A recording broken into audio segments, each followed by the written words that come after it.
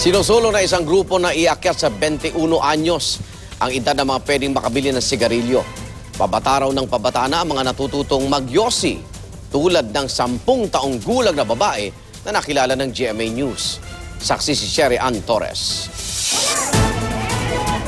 Sa komunidad na ito sa Quezon City, nakilala ko ang ilang batang masunurin at madaling mautusan.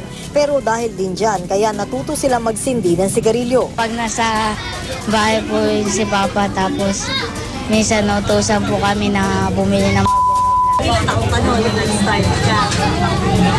mga 12. Hindi ko po iniihip. Ginaganon ko lang. Minsan po kasi pinapasindi ng mga kapitbahay pag nagpapabili.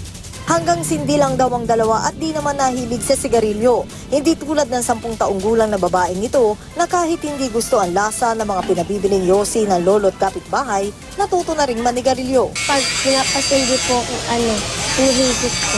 Parang lasa. Para hindi na dumami ang mga tulad niya, ikinakampanya ngayon ng Anti-Tobacco Advocacy Group na New Voice Society of the Philippines o NVAP ang paglimita sa pagbebenta ng sigarilyo sa mga edad 21 lang pataas. Ang problema naman kasi dyan, kaya nagkakaroon ng ganun ay dahil ang sigarilyo dito sa Pilipinas ay pwede kang bumili ng tingi or in retail.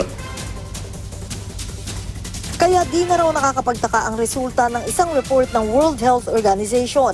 2 sa 10 lalaking edad 13 hanggang 15 ang naninigarilyo. May mga naninigarilyo rin sa mga babae sa parehong edad, isa naman sa bawat 10.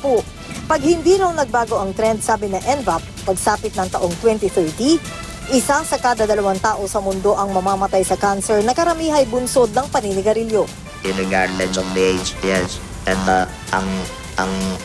and based on the trends, on the statistics of cancer, 70% of all those cancers are occurring in low and middle income countries.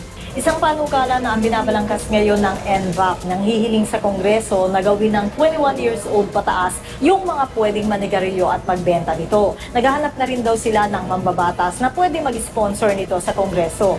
Pero aminado ang NVAP na malabong maipasa ito ngayong 16th Congress dahil malapit na ang eleksyon. Gayunman, handa raw sila na ipahain ito uli sa susunod na Kongreso.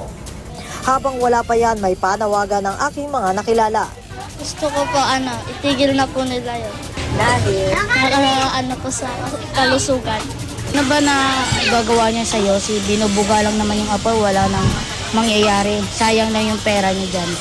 ako si Sherry Ann Torres, ang inyong saksi.